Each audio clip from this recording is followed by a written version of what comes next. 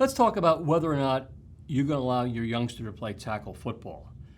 Now, of course, we all know this has been in the news for several years now, and the problem is if you're a parent and your youngster really falls in love with the idea of playing football at an early age, you're going to have to make a decision relatively early on about whether or not you think it's safe for him, in some cases her, to play tackle football.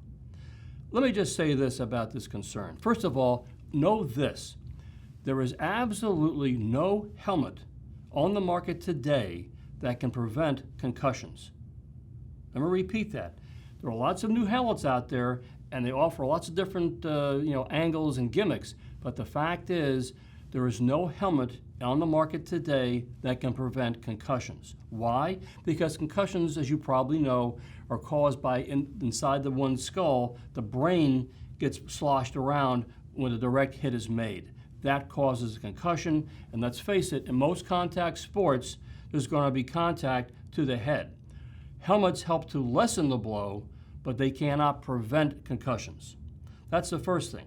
Number two, most of the neurologists will tell you, and I've had neurologists, of course, on my show and the research I've done, it's not so much the first concussion that causes the concern, it's repetitive concussions, the second and third. That's where they start getting nervous about what happens in terms of long-term concerns with one's medical health. I'll never forget, I had Dr. Robert Cantu, the world-renowned neurosurgeon from Boston University, come on my show to talk about what's the right age, in his opinion, for kids to start playing tackle football. And he surprised me with what he had to say. First of all, he said they really shouldn't start until they're 14. And I asked why, and he said because it's at that age, when that puts them probably into 8th or probably even 9th grade, that their neck muscles have reached a point where they have grown and have strengthened to the point where they can really truly support the head in a constructive way. And what he meant was, he said, the problem is with kids who are younger, they don't have the strength in their neck muscles yet to make sure that when they get hit, their head may flop around on top of their shoulders, they hit the ground, they hit an opposing player. That's when concussions happen a lot, especially at such a young age. So Dr. Cantu was very clear and very emphatic. He said, wait till they're 14, because by that point, they'll be playing in high school for a football coach who is presumably certified and educated in the proper ways to block and tackle. And from that point on, the kid can go on to play football if he or she wants.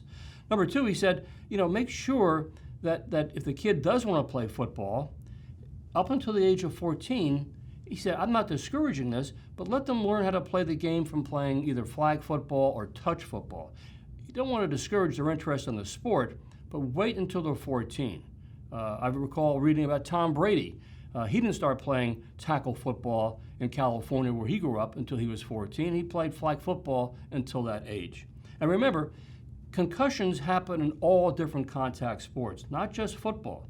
Lots of times sports parents forget that concussions occur in soccer, in ice hockey, lacrosse, basketball, baseball, a lot of sports. So bear in mind, if your youngster has been diagnosed with a concussion, listen to your doctor, and if the doctor says, I want him or her to sit out for a week or two, take that advice very seriously.